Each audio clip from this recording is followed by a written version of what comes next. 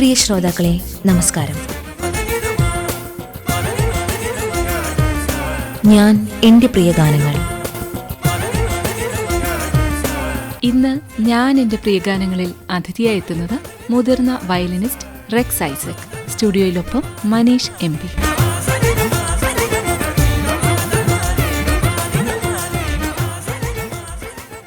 നമസ്കാരം പ്രിയ ശ്രോതാക്കളെ, ഞാൻ എൻ്റെ പ്രിയ ഗാനങ്ങളിലേക്ക് സ്വാഗതം. ഇന്ന് നമുക്ക് ഏറെ പ്രിയപ്പെട്ട ഒരുപാട് പാട്ടുകളുടെ പിന്നിൽ പ്രവർത്തിച്ചിട്ടുള്ള ഒരു മൈസ്ട്രോ ആണ് നമ്മുടെ സ്റ്റുഡിയോയിൽ എത്തിയിട്ടുള്ളത്. അദ്ദേഹത്തെ ഹൃദയപൂർവ്വം സ്വാഗതം ചെയ്യുന്നു. റെക്സ് മാസ്റ്റർ എന്നാണ് നമ്മൾ എല്ലാവരും അറിയപ്പെടുന്നത്. ശ്രീ റെക്സ്, വളരെ നന്ദി മനീഷ്. എന്നെ ഇവിടെ ഹാർദമായിട്ട് ഇൻവൈറ്റ് ചെയ്ത് സ്വീകരിച്ചതിനും ഇങ്ങനൊരു അവസരം തന്നതിന് പ്രത്യേകം ഓൾ ഇന്ത്യ റേഡിയോയോടും നന്ദി പറയുന്നു. ഓക്കെ. ഈ സംഗീത ജീവിതം പലപ്പോഴും നമ്മൾ അറിയപ്പെടാതെ പോവുകയോ അല്ലെങ്കിൽ അങ്ങനെ കുറിക്കപ്പെടാതെ പോവുകയോ ചെയ്യുന്ന ഒരു കാര്യമാണ് പിന്നണിയിൽ വായിക്കുന്ന ആൾക്കാരുടെ കാര്യം. നമുക്കതിലേക്ക് വരുന്നതിന് മുന്നേ ബാല്യത്തിലേക്ക് നമുക്ക് തുടങ്ങാൻ തോന്നും. വളരെ സംഗീത സാന്ദ്രമായിട്ടുള്ളൊരു ഫാമിലി ആണുള്ളത്. അമ്മമ്മ പിയാനിസ്റ്റ്, അച്ഛൻ വയലിൻ വായിക്കുന്ന ആൾ. അവരുടെയൊക്കെ ഉപജീവന മാർഗ്ഗം മറ്റേതായിരിക്കാം, പക്ഷേ ലൈഫിൽ സംഗീതമുണ്ട്. അവിടെ നിന്ന് സാറ് വയലിൻ എടുക്കുന്നു. ആ വയലിൻ വഴങ്ങാൻ വേണ്ടിയിട്ട് ഒരുപാട് സമയമെടുത്തോ അതോ വളരെ പെട്ടെന്ന് തന്നെ അത് വഴങ്ങിയോ? വയലിന് അത്ര എളുപ്പമുള്ള ഒരു ഇൻസ്ട്രുമെൻ്റ് അല്ലല്ലോ. അതെ, സംഗീത സാന്ദ്രമായ അന്തരീക്ഷം, ദാറ്റ്സ് ഓക്കെ. എന്നാലും വയലിൻ കയ്യിലെടുത്തപ്പോൾ അതിൻ്റെ ബുദ്ധിമുട്ടുണ്ട്.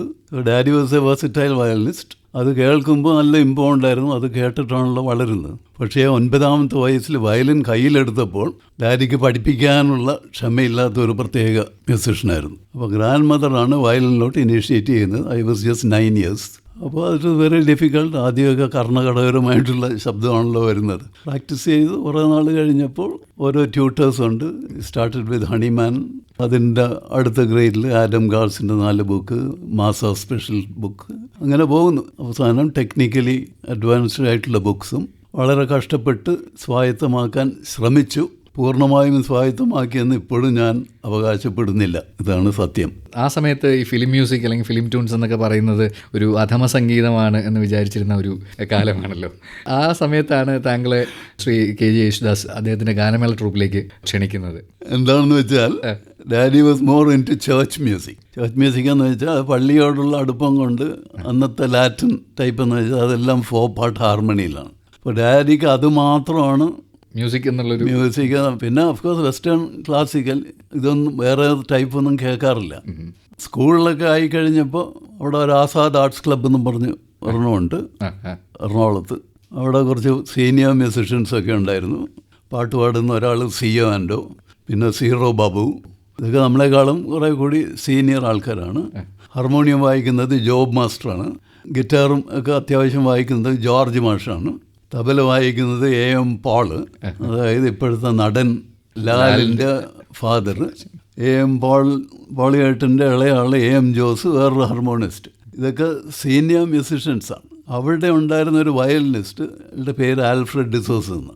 പുള്ളി ഡാഡിയുടെ അടുത്ത് വയലിൻ ക്ലാസ്സിന് വരുമായിരുന്നു. അപ്പോൾ പുള്ളി ആസാദ് ക്ലബിൻ്റെ മെമ്പറായതുകൊണ്ട് ഡാഡിക്ക് ആ ക്ലബ് എന്താണെന്ന് അറിയാം. പുള്ളി പതുക്കെ ഡാഡിനെ ഞായറാഴ്ചയൊക്കെ അവിടെ വിളിച്ചുകൊണ്ട് പോയി. അവിടെ ഒരു പൊട്ട വയലിനുണ്ട്, അത് ഡാഡിയെടുത്ത് കൊടുത്തിട്ട് അത് വായിക്കാൻ പറയും. അപ്പോൾ മറ്റവരൊക്കെ കേട്ടുകൊണ്ടിരിക്കുമ്പോൾ അതിൽ നിന്നും നല്ല സൗണ്ട് പ്രൊഡ്യൂസ് ചെയ്യുന്ന ചില മ്യൂസിഷ്യൻസിന് ആ ഗിഫ്റ്റ് ഉണ്ട്. അവർ ഇൻസ്ട്രുമെൻ്റ് എന്താണെങ്കിലും അതിൽ നിന്ന് നല്ലൊരു ശബ്ദം കൊണ്ടുവരും. അത് പ്ലേയിങ് ഫ്രം ദ ഹാർട്ട്, അതാണ് അതിൻ്റെ. അപ്പോൾ ആ ക്ലബിനോടൊരു അടുപ്പം വന്നല്ലോ. അതുകൊണ്ടാണ് ആ ക്ലബിൻ്റെ ചില ഗാനമേള വല്ലപ്പോഴുമൊക്കെ ഉണ്ടാവുള്ളൂ. അതിനുള്ള ആ വയലൻസിൻ്റെ കൂട്ടത്തിൽ എമ്മിലും വയലിനെ തുടങ്ങിയത് എൻ്റെ കൂടെ, എൻ്റെ ജ്യേഷ്ഠൻ. ഞങ്ങൾ ചെറുപ്പത്തിൽ അവിടെ പോയി ആ ക്ലബിൽ ഇതിന് വായിച്ചിട്ടുണ്ട്. വായിക്കുന്നതെന്ന് വെച്ചാൽ അതിനോട് നീതി പുലർത്തി എന്ന് എനിക്ക് പറയാൻ പറ്റില്ല. എന്താണെന്ന് വെച്ചാൽ ആ സ്റ്റാൻഡേർഡ് ആയിട്ടില്ല. ഈ ഫിലിം സോങ്സൊക്കെ പൊസിഷൻസ് തന്നെ മേലേക്ക് പോകും. അപ്പോൾ വയലിൻ പ്ലേയിങ്ങിൻ്റെ സ്റ്റാൻഡേർഡ് അത്ര ആകാത്തത് കൊണ്ട് ഇങ്ങനെയൊക്കെ അഡ്ജസ്റ്റ് ചെയ്ത് ആ കൂട്ടത്തിൽ വായിച്ച്. അപ്പോഴും ഡാഡിക്ക് അത് കേൾക്കാൻ വരില്ല. ഈ ആൽഫ്രഡ് ഡിസോസ് ഉള്ളത് കൊണ്ട് ആണ് വിടുന്നത്. അപ്പം ഇങ്ങനെ ഒരു അവസരത്തിലാണ് 1965 യേശുദാസ് വീട്ടിൽ വരുന്നത്. യേശുദാസും അദ്ദേഹത്തിൻ്റെ ഒരു കൂട്ടുകാരനുണ്ട്, പോൾ എന്ന് പറയും, AJ പോൾ. രണ്ടുപേരും കൂടെ വീട്ടിൽ വരുന്നു. ഞാൻ വീട്ടിലില്ലെന്ന്. യേശുദാസ് എന്ന് പറഞ്ഞപ്പോൾ യേശുദാസ് ആരാണെന്ന് ഡാഡിക്ക് അറിയാൻ പാടില്ല. അദ്ദേഹം തുടങ്ങിയിട്ടുണ്ടായിരുന്നുള്ളൂ. 65. അദ്ദേഹം ഇപ്പോൾ 4 വർഷം പാടിക്കഴിഞ്ഞു. റേഡിയോയിലും ഡാഡി ചലച്ചിത്ര ഗാനം വീട്ടിൽ വെപ്പിക്കില്ല. ഡാഡി ഇല്ലാത്ത നേരത്താണ് ഞങ്ങൾ 7 മണിക്ക് ചലച്ചിത്ര ഗാനം കേൾക്കുന്നത്. അപ്പോൾ വീട്ടിൽ വന്നപ്പോൾ ഞാൻ യേശുദാസാണെന്ന് പറഞ്ഞപ്പോൾ yes tell me who you are എന്ന്. Musician I sing. ഓക്കെ, ഇങ്ങനെ എന്തോ ഗാനമേള തുടങ്ങാനുള്ള ഐഡിയ ഉണ്ടായിരുന്നു. എനിക്ക് അതിൽ താല്പര്യമില്ല. പിന്നെ എൻ്റെ മദറിൻ്റെ ഒരു ബ്രദർ ടോബി മെൻഡസ് അന്ന് വീട്ടിലുണ്ടായിരുന്നു. പുള്ളി അത്യാവശ്യം പാട്ടൊക്കെ പാടുന്നതാണ്, ഹിന്ദിയാണ് മെയിനായിട്ട് പാടുന്നത്. അപ്പോൾ പുള്ളി ബ്രദർ ഇങ്ങോട്ട് വന്ന് പറഞ്ഞ് അകത്ത് മുറിയിൽ കൊണ്ടുവന്ന് പറഞ്ഞ് ഇത് അങ്ങനെയല്ല, ഇത് വളരെ നല്ല സിംഗർ തന്നെയാണ്, വളരെ ബ്രൈറ്റ് ഫ്യൂച്ചർ ഉണ്ടാകാൻ സാധ്യതയുള്ള ഒരു ഗ്രേറ്റ് സിംഗർ ആകാനുള്ള സാധ്യതയുണ്ട്, അതുകൊണ്ട് നോ പറയില്ലേന്ന്. അങ്ങനെ ഡാഡി വന്നിട്ട് ഇതിന് അനുവാദം കൊടുക്കുന്നു. ഇത് 1965. ഇതിൻ്റെ പ്രാക്ടീസ് നടക്കുന്നത് ഹേമലത എന്ന് പറഞ്ഞ അന്നൊരു സിംഗർ ഉണ്ടായിരുന്നു. എറണാകുളം ഫൈൻ ആർട്സ് ഹാളിൻ്റെ പുറകിലായിട്ട് വരും അതിൻ്റെ വീട്. അവിടെ വെച്ചാണ് ഇതിൻ്റെ പ്രാക്ടീസ് നടക്കുന്നത്. AM Jose harmonium, AM Paul tabla, ബോങ്കോസിൽ ജിമ്മി ലൂയിസ്, ഗിറ്റാറിൽ മാച്ചി ലോറൻസ്, അത് കൊച്ചിക്കാരനാണ്. അതിൻ്റെ കൂട്ടത്തിൽ എമിൽ ഐസക്സ് എൻ്റെ ജ്യേഷ്ഠൻ, വയലിൻ വായിക്കാനായിട്ട് ടെറൻസ് ഡിസോസ. അന്ന് ഏറ്റവും അറിയപ്പെടുന്ന ഈ ഗാനമേള ഫീൽഡിൽ കൊച്ചിയിലുള്ള ഓറിയൻ്റൽ മ്യൂസിക് ക്ലബിൻ്റെ ഒരു മെയിൻ റൈറ്റ് ഹാൻഡായിരുന്നു. ടെറൻസിൻ്റെ ഒരു ശിഷ്യൻ പോലെ ഒരു ലൂബൻ TJ. ഞങ്ങൾ 3 വയലിൻ. ഇതൊക്കെയാണ് അന്നത്തെ ഓർക്കസ്ട്ര. ഹാർമോണിയത്തിലാണ് ഫ്ലൂട്ട് ബിറ്റും ഇതൊക്കെ വായിക്കുന്നത്. സിത്താറൊന്നുമില്ല. അപ്പോൾ സിത്താർ ബിറ്റ് ഗിറ്റാറിൽ എങ്ങനെയെങ്കിലും തപ്പിത്തടഞ്ഞ് എങ്ങനെയെങ്കിലും അതേമാതിരിയൊക്കെ സൗണ്ട് ചെയ്യുന്ന മാതിരി ആക്കിയെടുക്കുക. ഇതൊക്കെയാണ് അന്നത്തെ. യേശുദാസ് ആദ്യം തന്നെ ഞങ്ങൾ ആലുവ ടാസ് ഹാളിലാണ് ആദ്യത്തെ പ്രോഗ്രാം. അത് പാടി വന്നതും ഒരു പ്രത്യേക ഒരു അനുഭൂതി. അതായത് മൈക്കിൽ അദ്ദേഹത്തിൻ്റെ ശബ്ദം വരുമ്പോൾ പിന്നെ അത് പറയാണ്ട് നിവൃത്തിയില്ലല്ലോ ചെറുപ്പത്തിലെ. പിന്നെ അത് ഇമ്പ്രൂവ് ചെയ്ത് വരുന്നു. അന്നത്തെ range was totally different. He was not much into the baritone side. High pitch വളരെ ക്ലീനായിട്ട് വരും. ദാസ് തന്നെ ഒരു സ്വയം ഒരു ശൈലി രൂപപ്പെടുത്തി വരുന്ന ആ കാലഘട്ടം. Manish, what next? സാർ ഇടയ്ക്കൊന്ന് സൂചിപ്പിച്ചു റേഡിയോ ലിസണിങ്ങിനെ പറ്റി. റേഡിയോ ലിസണിങ്ങിൽ ചില ഗാനങ്ങൾ ഒളിച്ച് കേൾക്കുമായിരുന്നു പറഞ്ഞു. അല്ലാതെ തന്നെ റേഡിയോ എങ്ങനെ സ്വാധീനിച്ചിട്ടുണ്ട് എന്നുള്ളതാണ് സാറിൻ്റെ മ്യൂസിക്കിനെ? മ്യൂസിക് മെയിനായിട്ട് രാത്രി വെസ്റ്റേൺ മ്യൂസിക് അത് ഡാഡിയുടെ അനുവാദത്തോടുകൂടി കേൾക്കും. പിന്നെ ഓഫ്കോഴ്സ് ശ്രീലങ്കൻ TV ആണ് ഏറ്റവും. അതിൽ ഇംഗ്ലീഷ് പാട്ടുകളും വരാറുണ്ട്, പല സ്ലോട്ട്സ് ഉണ്ട്. അപ്പോൾ ഫേമസ് ബൽരാജ് സഹാനി, ആ വോയിസ് ഇപ്പോഴും എനിക്ക് ഓർമ്മയുണ്ട്, അനൗൺസ് ചെയ്യുന്ന വിധവും ഇതൊക്കെ. അന്ന് കേട്ടിരുന്ന സംഭവങ്ങൾ ഏതെങ്കിലുമൊക്കെ സ്വന്തമായിട്ട് വയലിൽ ശ്രമിച്ചിട്ടുണ്ടോ ആ കുട്ടിക്കാലത്ത്? പാട്ടുകൾ സ്കൂളിൽ കോമ്പറ്റീഷൻ ഉണ്ടാവുമല്ലോ. സ്കൂൾ കോമ്പറ്റീഷൻ വെസ്റ്റേൺ മ്യൂസിക് വായിച്ചാൽ ജഡ്ജസ് ചിലപ്പോൾ നമുക്ക് 0 ഇട്ട് തരും. ആ കാലം അങ്ങനെയാണ്. അതുകൊണ്ട് എന്തെങ്കിലും നമുക്കറിയാവുന്ന പാട്ടുകൾ സിമ്പിളായിട്ടുള്ളതാണെങ്കിലും ഏതെങ്കിലും ഒരു വെസ്റ്റേൺ പീസ് വായിക്കും, അതിൻ്റെ കൂട്ടത്തിൽ ഒരിതും കൂടെ വായിക്കും. ഈ പാട്ട് വായിക്കുമ്പോഴാണ് ശരിക്കും കയ്യടി കിട്ടുന്നത്. ഈ കോളേജ് കാലഘട്ടത്തിലൊക്കെ ആയിട്ടുണ്ടാവുമല്ലോ യേശുദാസിന് വേണ്ടിയിട്ട് സ്ഥിരമായി ഗാനമേളകൾ പങ്കെടുക്കുമ്പോൾ അദ്ദേഹത്തിൻ്റെ കൂടെ വായിക്കുന്നയാൾ എന്നുള്ള രീതിയിൽ കോളേജിൽ ഫാൻസൊക്കെ ഉണ്ടായിരുന്നു? കോളേജിൽ നാച്ചുറലി അതാണല്ലോ. പ്രീ ഡിഗ്രി സെക്കൻഡ് ഇയറിന് പഠിക്കുമ്പോഴാണ് ഈ ഗാനമേളക്ക് പോകാൻ തുടങ്ങുന്നത്. ഗാനമേള ആദ്യമൊക്കെ വല്ലപ്പോഴും ഉണ്ടായിരുന്നുള്ളൂ. പക്ഷേ യേശുദാസിൻ്റെ progress it was very rapid. അതാണ്. ഗാനമേളകളുടെ എണ്ണം കൂടി കഴിഞ്ഞപ്പോൾ ക്ലാസ് കട്ട് ചെയ്ത് അതിൻ്റെ പുറകെ പോകേണ്ടി വരും. അപ്പോൾ പഠിക്കാൻ കുറച്ച് ബ്രില്യൻ്റ് ആയിരുന്നു ചെറുപ്പത്തിൽ. ആ സൈഡ് പതുക്കെ വീക്കാകാൻ തുടങ്ങി. Quite natural. ആ കാലത്ത് ചില സാറുമാർക്കൊക്കെ അത് അത്ര രസിച്ചില്ല. പക്ഷേ മ്യൂസിക്കലി ഇൻക്ലൈൻഡ് ആയിട്ടുള്ള ചില സാറുമാരുണ്ട്, അവരത് പ്രോത്സാഹിപ്പിച്ചിരുന്നു, സപ്പോർട്ട് ചെയ്യുന്ന മാതിരി ഉണ്ടായിരുന്നു. കോളേജിലൊക്കെ നാച്ചുറലി നമ്മൾ എല്ലാവർക്കും മുമ്പിൽ പെർഫോം ചെയ്യുന്നതുകൊണ്ട് അതിൻ്റെ അഡ്വാൻറ്റേജസ് ഉണ്ടായിരുന്നു. ഒരു ഹീറോ എന്നൊന്നും പറയാൻ പറ്റില്ല. ഒരു പാട്ട് പരിപാടിയാണ്, അപ്പോൾ നമുക്ക് ഒരു പാട്ട് ശ്രോതാക്കളെ കേൾപ്പിക്കാനുള്ള സമയമായി. ഏത് പാട്ടായിരിക്കും സാറ് പറയുക? എൻ്റെ ചെറുപ്പത്തിൽ ചില വലിയ ആൾക്കാരുമായിട്ട് ഇടപഴകാനുള്ള സാഹചര്യം ഉണ്ടായിരുന്നു. അതായത് BSc പഠിക്കുമ്പോൾ സമ്മർ വെക്കേഷൻ ടൈമിൽ യേശുദാസ് പറഞ്ഞു, നിങ്ങൾ രണ്ടുപേരും എൻ്റെ കൂടെ ഹോളിഡേയ്സിന് അവിടെ വന്ന് നിൽക്കാൻ പറഞ്ഞു. അവിടെ അഭിരാമപുരത്ത് പുള്ളിയൊരു വാടക ഫ്ലാറ്റിലാണ് താമസിക്കുന്നത് ആ കാലത്ത്. അപ്പോൾ വീട്ടിൽ പെർമിഷൻ മേടിച്ച് അങ്ങനെ പോയി 2 മാസം അവിടെ നിന്നു. അന്നാണ് ദേവരായ മാഷിന് പോയി നമുക്ക് മീറ്റ് ചെയ്ത് കളയാം, വയലിനും ഗിറ്റാറും എടുത്തോന്ന് പറഞ്ഞു. ചിലപ്പോൾ പുള്ളി വായിക്കാൻ പറയുന്നു. ഇതും ചിലപ്പോൾ ഒരു കോൺട്രവേഴ്സി വരാം, അതാണ് സൂക്ഷിക്കേണ്ടത്. അപ്പോൾ അന്ന് കാലത്ത് കമ്പോസിങ് ഇല്ല.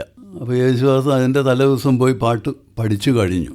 എന്നിട്ടാണ് മാഷിനെ പോയി കണ്ടു കളയാം, ചിലപ്പോൾ ഇതിൽ വായിക്കാനുള്ള ചാൻസ് കിട്ടും. അവിടെ ചെന്ന് പരിചയപ്പെടാനായിട്ട് നോക്കി പക്ഷേ ഇതെൻ്റെ ഗിറ്റാറിസ്റ്റാണ് എമ്മിൽ ഐസക്സ് ആണ്. പക്ഷേ എമ്മിലിനെ പറ്റി ഒന്നും ചോദിക്കുന്നില്ല. തൻ്റെ അനിയൻ്റെ പേരെന്താണ് പറഞ്ഞ മണി. അയാൾ എന്താ ചെയ്യുന്നത്? ഇങ്ങനെ 2-3 ചോദ്യങ്ങളും ചോദിക്കുന്നു. എമ്മിൽ അവിടെ നിന്ന് ഈ 3ാമത്തെ ചോദ്യം ചോദിച്ചപ്പോൾ ഞാൻ പതുക്കെ വയലിനെടുത്ത് റൂമിൽ നിന്ന് പുറത്തോട്ട് പോയി. അതെ, നമ്മൾ മൈൻഡ് ചെയ്യുന്നില്ലല്ലോ. അതെന്തോ എന്താണെങ്കിലും ദാസ് പുറത്ത് വന്നിട്ട് പറഞ്ഞ് താൻ എന്ത് പണിയാണ് ചെയ്തത്, എമ്മിലിനെ ഇപ്പോൾ നാളെ റെക്കോർഡിങ്ങിന് വിളിച്ചിട്ടുണ്ടെന്ന് പറഞ്ഞ്. താൻ അവിടെ നിന്നിരുന്നെങ്കിൽ അതെന്താണെങ്കിലും അത് ശരിയാവുമെന്ന് തോന്നുന്നില്ല. അത് പോട്ടെ. എമ്മിൽ പിറ്റേ ദിവസം തൊട്ട് ദേവരായ മാഷിൻ്റെ റെക്കോർഡിങ്സിന് പ്ലേ ചെയ്യാൻ തുടങ്ങി. അപ്പോൾ അവിടുത്തെ മെയിൻ ഗിറ്റാറിസ്റ്റ് ഒരു ആബു ഗബ്രിയലാണ്, മാഷിൻ്റെ വലങ്കൈ. എമ്മിൽ അതിൻ്റെ കൂടെ ചേർന്നു. ഈ കുഡ് ക്യാച്ച് അപ്പ് ഈസിലി. മാഷിന് ഇഷ്ടപ്പെട്ടു. RK ശേഖറാണല്ലോ അന്ന് അസിസ്റ്റ് ചെയ്യുന്നത്. പുള്ളിക്കും ഇഷ്ടപ്പെട്ടു. അപ്പോൾ എനിക്ക് വായിക്കാൻ ചാൻസ് ഇല്ല. കുറച്ച് ദിവസം കഴിഞ്ഞിട്ടാണ് അതിലൊരു വെസ്റ്റേൺ സ്റ്റൈലിലുള്ള ഒരു പാട്ടുണ്ട്, നീ എവിടെ നിൻമിഴി എവിടെ ആണെന്ന് തോന്നുന്നു. ചിത്രമേളയില്ല. അപ്പോൾ അതിൽ കുറച്ച് വെസ്റ്റേൺ സ്റ്റൈൽ ഇതൊക്കെയുണ്ട്. അപ്പോൾ ദാസ് മാഷിനോടപ്പോൾ പറഞ്ഞു കഴിഞ്ഞു. അതായത് എമ്മിൻ്റെ അനിയൻ വയലിനിസ്റ്റാണ്, റെക്സ് എന്നാണ് പേര്. മാഷിന് എന്തോ നല്ല മനസ്സ് തോന്നിയിട്ട് അയാളോടും വരാൻ പറയാമെന്ന് പറഞ്ഞു. അങ്ങനെ ദേവരായ മാഷിൻ്റെ ആദ്യത്തെ പാട്ട് വായിക്കുന്നു ചിത്രമേളയ്ക്ക്. ഇത് കഴിഞ്ഞിട്ട് ചിദംബരനാഥ് അന്നത്തെ വയലിനിസ്റ്റ് അല്ല, അന്നത്തെ ഒരു കമ്പോസറാണല്ലോ, അവിടെ പോകുന്നു. ചിദംബരനാഥ് അണ്ണാന്നാണ് വിളിക്കുന്നത്. അണ്ണൻ ഒരു ബുദ്ധിമുട്ടും ഇല്ല, മോനെ വായിച്ചോളൂ, ഒരു കുഴപ്പമില്ല. എനിക്ക് ആ പാട്ട് ഓർമ്മ കിട്ടുന്നില്ല. ജയചന്ദ്രനും S. ജാനകിയും കൂടെ പാടിയ ഒരു ഡിവറ്റാണ്. അതിന് വായിക്കുന്നു. അത് കഴിഞ്ഞ് ആ ടൈമിൽ എന്തോ മാടത്തിരുവി കൊലക്കേസ് ആ പടങ്ങളിലൊക്കെ വയലിനുള്ളതിനൊക്കെ മാഷ് വിളിക്കുന്നു. ബാബുരാജിനെ അതിനു മുമ്പ് തന്നെ ഞങ്ങൾക്കറിയാം. എന്താണെന്ന് വെച്ചാൽ കാലിക്കറ്റുള്ള 1-2 ഫങ്ഷൻസിന് പ്ലേ ചെയ്തിട്ടുണ്ട്. പിന്നെ ഊട്ടിയിൽ യേശുദാസുമായിട്ടൊക്കെ വളരെ അടുപ്പമുള്ള ഒരു അഹമ്മദ് സാഹിബ് ഉണ്ടായിരുന്നു. പുള്ളിയുടെ മകൻ അന്ന് ലോറൻസിൻ സ്കൂളിൽ പഠിക്കുകയാണ്, ചെറുപ്പത്തിൽ ബോർഡിങ്ങിൽ. അപ്പോൾ ആ സ്കൂളിന് വേണ്ടി ഒരു നല്ല കാര്യം ചെയ്യുന്നെന്ന് പറഞ്ഞുകൊണ്ട് അഹമ്മദ് സാഹിബ് യേശുദാസ് ഒരു 5 പാട്ട് പാടിയാൽ മതിയെന്ന് പറഞ്ഞു. അപ്പോൾ യേശുദാസ് പാടാനായിട്ട് ഹാർമോണിയം വായിക്കുന്നത് ബാബുരാജാണ്. ഫിലിം പാട്ടാണെങ്കിലും ബാബുരാജ് എപ്പോഴും എക്സ്റ്റംപറെ വായിക്കുകയുള്ളൂ, അതായത് ഒറിജിനൽ ബാക്ക്ഗ്രൗണ്ട് വായിക്കില്ല. അപ്പോൾ ദാസ് പറഞ്ഞ് മോനെ ഇതാണ്, പുള്ളി അങ്ങനെയൊക്കെ വായിക്കും, അപ്പോൾ നമ്മുടെ ഒറിജിനൽ ബാക്ക്ഗ്രൗണ്ടൊന്നും വായിക്കാൻ പറ്റില്ല. അതിൻ്റെ കൂടെ ചേർന്ന് അങ്ങനെ എമ്മിലിനെയും എന്നെയും യേശുദാസിൻ്റെ അനിയൻ മണിയും ഒരു ഹോളിഡേ മാതിരിയാണല്ലോ പോകുന്നത്. ഊട്ടിയല്ലേ, ആദ്യമായിട്ട് ഊട്ടി കാണാൻ പോകുന്ന അപ്പോഴാണ്. അങ്ങനെ പോയി ബാബുരാജുമായിട്ട് ആദ്യമായിട്ടുള്ള ഒരു ഇൻട്രാക്ഷൻ മ്യൂസിക്കലി. അപ്പോൾ പുള്ളിയുടെ ആ പ്ലേയിങ്ങിൻ്റെ സ്റ്റാൻഡേർഡൊക്കെ അൺഇമാജിനബിളാണ്, അത് യാതൊരു സംശയമില്ല. സമ്മതിക്കേണ്ടത് നമ്മളുമായിട്ട് പെരുമാറുന്നതുകൊണ്ടല്ല. അത് യേശുദാസ് ഞങ്ങളെ മോനെ മോനെ എന്ന് വിളിക്കുന്നത് കേട്ടിട്ട് ബാബുക്കായും ഞങ്ങളെ മോനെ മോനെ എന്ന് വിളിക്കുന്നു. അതുകൊണ്ട് നമുക്കൊരു ടെൻഷൻ ഒട്ടും തോന്നിയില്ല. അവിടെ ഏകദേശം ഒരു 4 ദിവസം ഒരുമിച്ച് താമസിച്ചു. അതുകൊണ്ട് ബാബുരാജുമായിട്ട് വളരെ കംഫർട്ടബിളായിട്ടുള്ള ഒരു റിലേഷൻഷിപ്പായിരുന്നു. ഹൗ ടു ഇൻട്രാക്ട്, നമുക്ക് ഒരിക്കലും ഒരു ടെൻഷൻ തോന്നില്ല. അതുകൊണ്ട് അവിടെ ചെന്ന് ചോദിച്ചപ്പോൾ തന്നെ വരൂ, നാളെ തന്നെ ഒരു റെക്കോർഡിംഗ് ഉണ്ട്, അത് വായിച്ചോളൂ എന്ന് പറഞ്ഞു. അങ്ങനെ ഖദീജയിലെ എല്ലാ പാട്ടിനും വായിച്ചു. കൂട്ടത്തിൽ ഏറ്റവും എനിക്കിഷ്ടപ്പെട്ട ഒരു പാട്ട് അതിൽ ആ സുറുമെഴുതിയ മിഴികളാണ്. പക്ഷേ ഈ പാട്ടിന് ചെന്നപ്പോൾ അവിടെ നല്ലൊരു വയലിനിസ്റ്റ് ഉണ്ടായിരുന്നു. ഇപ്പോൾ അദ്ദേഹം മരിച്ചുപോയി. ഇപ്പോൾ ഒരു ഫേമസ് ഒരു സാക്സ് രാജയുണ്ട്, ഇളയരാജക്കൊക്കെ വായിച്ചിട്ട് ഇപ്പോൾ ഓൾമോസ്റ്റ് റിട്ടയർഡായി. സാക്സ് രാജയുടെ ജ്യേഷ്ഠൻ എളങ്കോ എന്നാണ് പേര്. ആ എളങ്കോ ആണ് അന്ന് ബാബുരാജിന് വേണ്ടി ഈ പാട്ടിന് സ്റ്റാഫ് നൊട്ടേഷനിൽ എഴുതി തന്നത്. അത് വായിക്കുന്ന കൂട്ടത്തിൽ ബാബുരാജ് എമ്മിൻ്റെ അടുത്ത് പറഞ്ഞു, മോനെ ഇലക്ട്രിക് ഗിറ്റാർ കൊണ്ടുവന്നിട്ടുണ്ടോ? അത് പറഞ്ഞ് ആ പുറത്ത് വെച്ചിട്ടുണ്ട്, എന്നാൽ ഒരു ബാക്ക്ഗ്രൗണ്ട് ഞാൻ ഇപ്പോൾ കമ്പോസ് ചെയ്യാം, അത് ഇലക്ട്രിക് ഗിറ്റാറിൽ ആയിക്കോട്ടെ. അപ്പോൾ ഈ പാട്ടിൻ്റെ അതിനോടുള്ളൊരു അടുപ്പം എന്ന് പറയാൻ കാരണം ഇപ്പം എമ്മിൽ ഇപ്പോഴില്ല, അദ്ദേഹം മരിച്ചുപോയി. എന്നാലും ഞങ്ങൾ ഒരുമിച്ച് റെക്കോർഡിങ്ങിൽ പങ്കെടുത്തിട്ടുള്ള ഏറ്റവും നല്ല ഒരു ഹിറ്റ് ഗാനം എന്ന് പറയുന്നത് അത് തന്നെയാണ്. നമുക്കിപ്പോൾ ശ്രോതാക്കൾക്കായി ആ പാട്ട് കേൾക്കാം. ഈ പാട്ട് കേൾക്കുന്നതിന് മുമ്പേ സാറ് സ്റ്റാഫ് നൊട്ടേഷനെ കുറിച്ചും ഒക്കെ സംസാരിച്ചു, സഹോദരനെ കുറിച്ചൊക്കെ പറഞ്ഞു. ഈ സഹോദരങ്ങളുടെ കൂട്ടത്തിൽ ബാക്കിയുള്ളവരെല്ലാം നല്ല മ്യൂസിഷ്യൻസാണ്, സാറിൻ്റെ നോട്ട്സിലൊക്കെയാണ് താല്പര്യം എന്നെവിടെയോ പറഞ്ഞ് കേട്ടിട്ടുണ്ട്. എന്തുകൊണ്ടാണ് അങ്ങനെ ഒരു കമൻറ്റ് പറയാൻ തോന്നിയത്? അതെന്താണെന്ന് വെച്ചാൽ നൊട്ടേഷൻ ഗ്രാൻഡ് മദർ എന്നെ പഠിപ്പിച്ചു, എമ്മിലിനെയും പഠിപ്പിച്ചു. അപ്പോൾ രണ്ടുപേരും ആരംഭിച്ചത് ഒരുമിച്ചാണ്. ആക്ച്വലി ഈ was A very good musician. അപ്പോൾ വയലിൻ ലെസൺസ് ആദ്യത്തതൊക്കെ എന്നെക്കാളും കുറച്ചും കൂടി നല്ലോണം പുള്ളി വായിക്കുമായിരുന്നു. പക്ഷേ സ്റ്റഡീസ് കുറച്ച് അഡ്വാൻസ്ഡായി വരാൻ തുടങ്ങി കഴിഞ്ഞപ്പോഴാണ് മനസ്സിലായത് he mainly goes by the ear. അപ്പോൾ ട്യൂൺ 2 തവണ വായിച്ചു കഴിയുമ്പോൾ പുള്ളിക്ക് ആ ട്യൂൺ കാണാപ്പാടം ആയിക്കഴിഞ്ഞു. അപ്പോൾ പുള്ളി പിന്നെ വായിക്കുന്നത് കാതിൻ്റെ സപ്പോർട്ടോടു കൂടിയാണ്. He was not concentrating on this. അപ്പോൾ ഇനീഷ്യൽ ലെസൺസിലൊക്കെ he was sounding much better than me. കുറച്ച് കഴിഞ്ഞ് അത് അഡ്വാൻസ്ഡായി വന്നു കഴിഞ്ഞപ്പോൾ ബാറിൻ്റെ എണ്ണം കൂടി ഒരു പേജ് മുഴുവൻ ആയി കഴിഞ്ഞപ്പോൾ അത് കാണാപ്പാടം ആകാനായിട്ടുള്ളൊരു ബുദ്ധിമുട്ട് വരും. അപ്പോഴാണ് ഞാൻ പതുക്കെ പുള്ളിയെ ഒപ്പമെത്തി. അത് കഴിഞ്ഞ് ഓവർടേക്ക് ചെയ്ത് പോകുന്നു. കുറച്ച് കഴിഞ്ഞപ്പോൾ പുള്ളിക്ക് ഒപ്പം നിൽക്കാനായിട്ടുള്ള അത് കിട്ടാത്ത ഒരവസ്ഥ വന്നു. So I M stopping violin lessons എന്ന് പറഞ്ഞു. അങ്ങനെ വയലിൻ നിർത്തി ഗിറ്റാറിലോട്ട് തിരിഞ്ഞാണ് ML. പക്ഷേ actually it was A blessing. അക്കാലത്ത് ഗിറ്റാറിസ്റ്റ് അധികം പേര് കേരളത്തിലില്ല.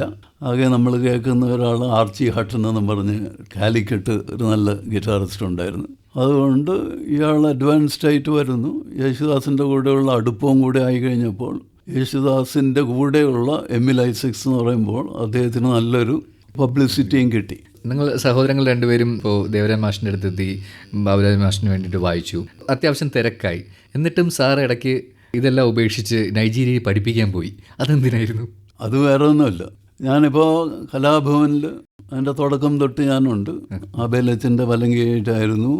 1969 to 72 വരെ കലാഭവനിലായിരുന്നു. പിന്നെ അവിടെ ചെറിയ ചില പ്രശ്നങ്ങൾ വന്നു. ഞാൻ നിർത്തി പോവുകയായിരുന്നു. അങ്ങനെ കൊച്ചിൻ ആർട്സ് ആൻഡ് കമ്മ്യൂണിക്കേഷൻ CACയുടെ ആരംഭം അവിടെ വേല ചെയ്യുന്നു.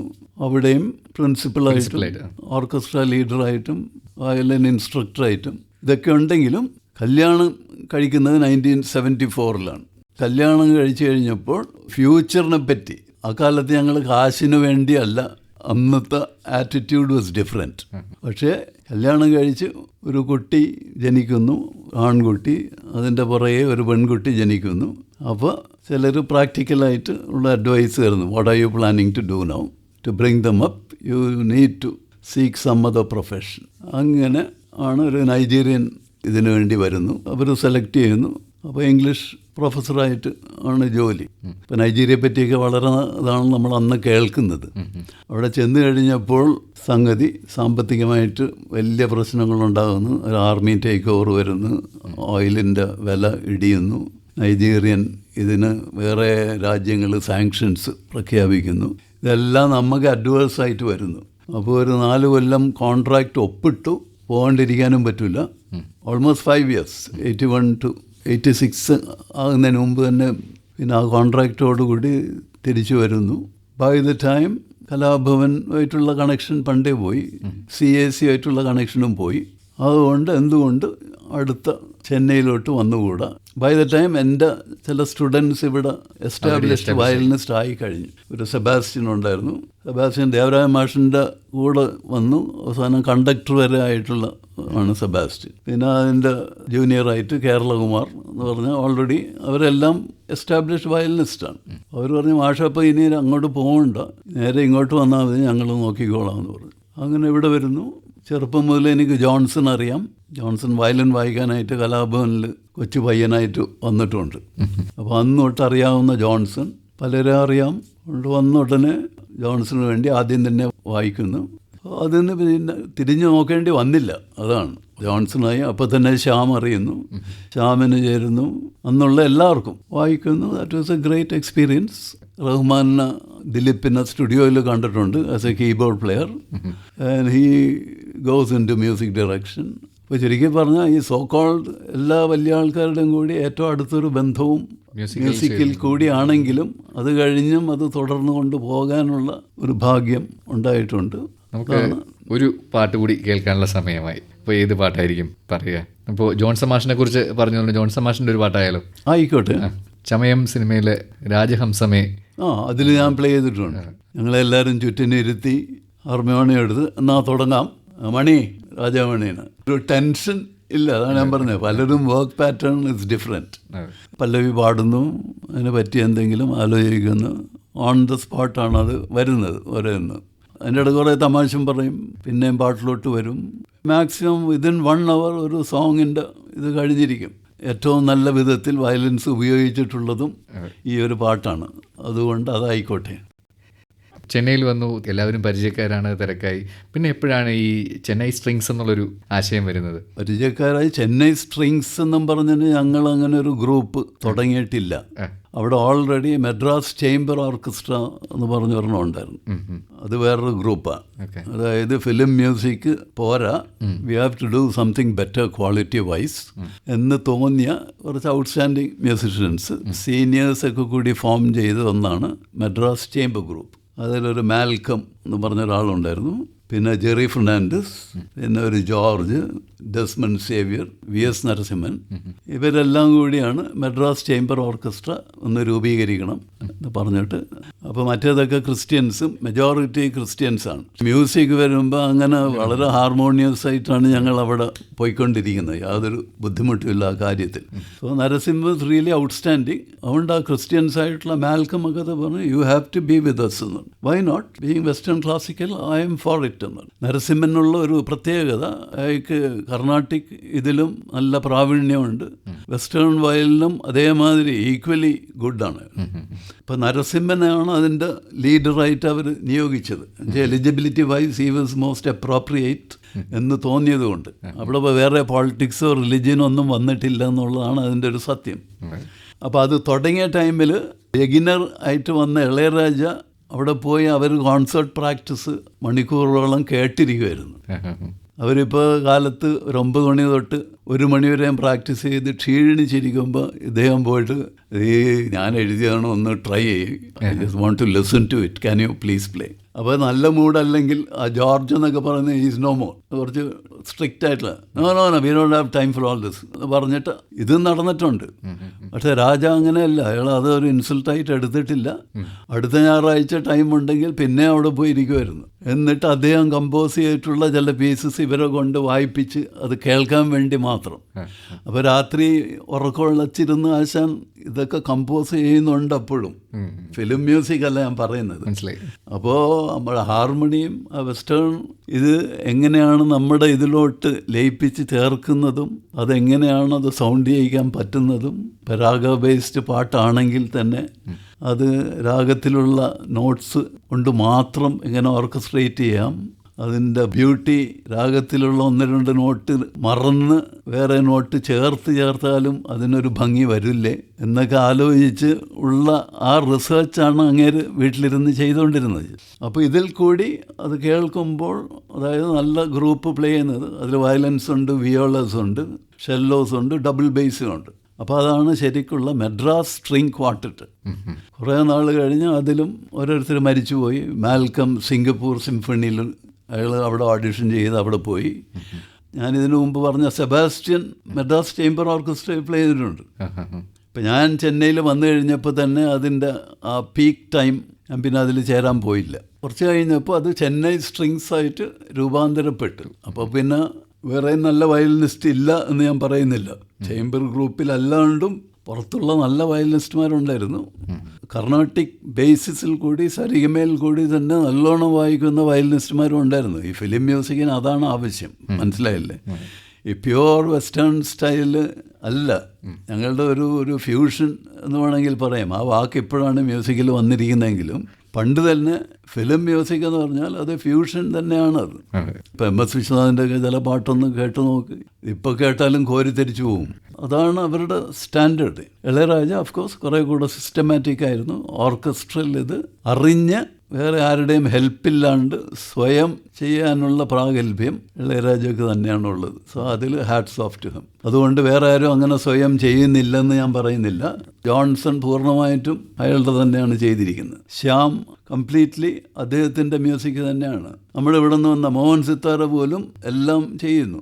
M ജയചന്ദ്രനും സ്വയം തന്നെ ചെയ്യുന്നു. പക്ഷെ എല്ലാവരും പറയുന്നത് ഇളയരാജ മാത്രമേ ഉള്ളൂ എന്ന് പറയുന്നത് തെറ്റാണ്. പക്ഷേ that is A different level all together in certain aspects. അവിടെയാണ് ആ ഒരു ഗ്രേറ്റ്നെസ് വരുന്നതെന്ന് തോന്നുന്നു, ആ ഒരു വർക്കിംഗ് സ്റ്റൈലിൻ്റെ. ഇപ്പോൾ ഈ വെർണാക്കുലൈസേഷൻ ഓഫ് ലിറ്ററേച്ചറിക്കൽ മ്യൂസിക് വരുന്നത് താങ്കളുടെ പിതാവ് അത് നിർബന്ധമായി അങ്ങനെ പൈസ ഒന്നും മേടിക്കാതെ തന്നെ ചെയ്യണം എന്നൊരു ഉദ്ദേശത്തോടു കൂടി തിരക്ക് ചെയ്തിരുന്ന ഒരു കാര്യമാണ്. അത് താങ്കളുടെ പഠനത്തിനെ എത്ര സ്വാധീനിച്ചിട്ടുണ്ടെന്നാണ്, താങ്കൾ മ്യൂസിക്കിനെ എത്ര സ്വാധീനിച്ചിട്ടുണ്ടെന്നാണ് എനിക്കറിയേണ്ടത്. അത് ലാറ്റിൻ ഭാഷയിൽ നിന്ന് അല്ലെങ്കിൽ സിറിയൻ ഭാഷയിൽ നിന്നുള്ള പാട്ടുകൾ മലയാളത്തിലേക്ക് വരുന്നു.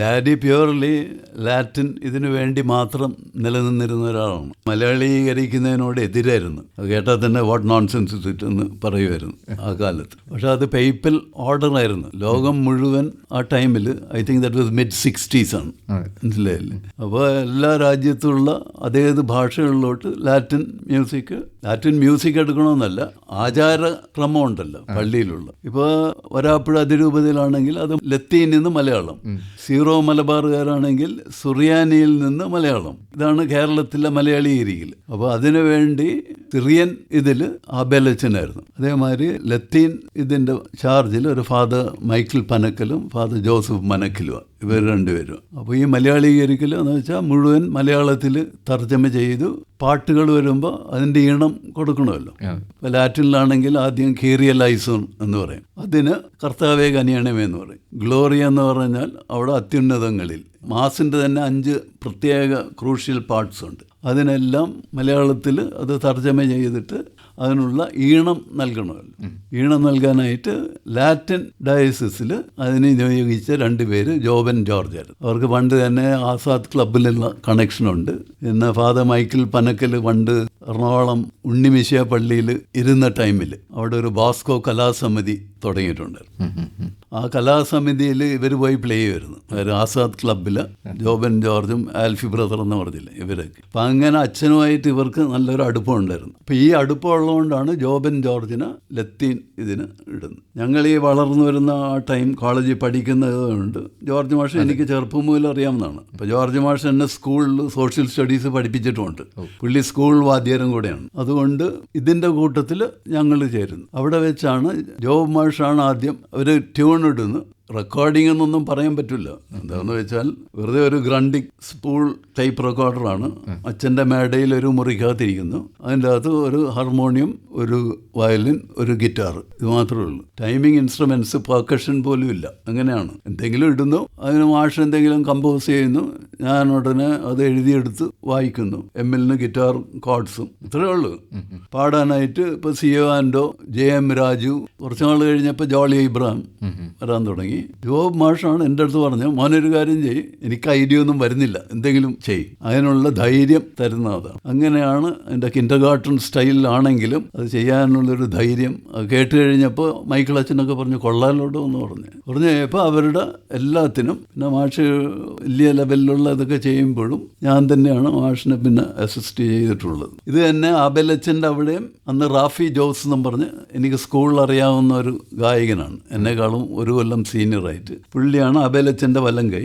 അവിടെ ഒരുപാട് പാടിയിരുന്ന മുഹമ്മദ് റാഫിയുടെ പാട്ട് നല്ലോണം പാടുമായിരുന്നു. റാഫി ജോസും ഞങ്ങളൊക്കെ കൂടി ഇരുന്നിട്ട് തന്നെയാണ് ആ സിറിയൻ ഇതിൻ്റെ ആബേലച്ചൻ ചെയ്തിട്ടുള്ള ആദ്യ ഘട്ടം. കുറച്ച് നാൾ കഴിഞ്ഞിട്ടാണ് KK ആൻ്റണി മാഷ് വരുന്നത്. പുള്ളി വന്നപ്പോൾ പിന്നെ സൈഡ് ലൈൻ ചെയ്ത് റാഫി ജോസ് അവിടെ വിടുന്നു. KK ആൻ്റണി മാഷ് ആബേലച്ചനും കൂടി എത്രയോ ആൽബംസ് LPs തന്നെ ഇറങ്ങിയിട്ടുണ്ട്.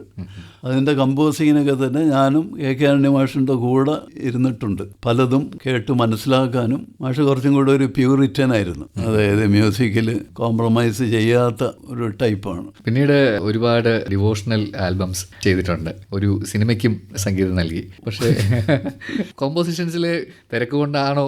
അല്ല, സിനിമ ഞാൻ ഒരെണ്ണം ചെയ്തു. അത് എനിക്ക് തന്നെ അറിയാവുന്ന എൻ്റെ ഡയറക്ടർ കിത്തോ ആണ്. അപ്പോൾ കിത്തോ ഓൾറെഡി 2 പടം എന്തോ എടുത്ത് നല്ല ഫേമസ് ആയി കഴിഞ്ഞപ്പോഴാണ് എൻ്റെ അടുത്ത് വിളിച്ച് പറഞ്ഞ ഒന്ന് ഒരു പടം. ഞാൻ പറഞ്ഞില്ല, കമ്പോസിങ് എനിക്കത്ര താല്പര്യമില്ല. കിത്തോ പറഞ്ഞ അങ്ങനെയല്ല, പ്രൊഡ്യൂസറും തനിക്കറിയാവുന്ന ആൾ തന്നെയാണ്.